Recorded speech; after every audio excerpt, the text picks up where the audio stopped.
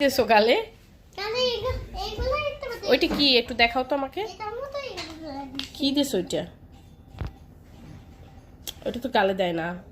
এটা কোন কান দেয়? ওইটা কেন দিলা? এটা কোন কান দেয়? এটা যেখানে যেখানে কালো থাকে সেখানে সেখানে দেয়, চোখের নিচে দেয়, যদি কোনো গালে দাগ থাকে তখন দেয়। আমি নিয়ে দিছি। তুমি আর দিছো কি গালে? এদিকে আসো, কাছে আসো, কাছে আসো।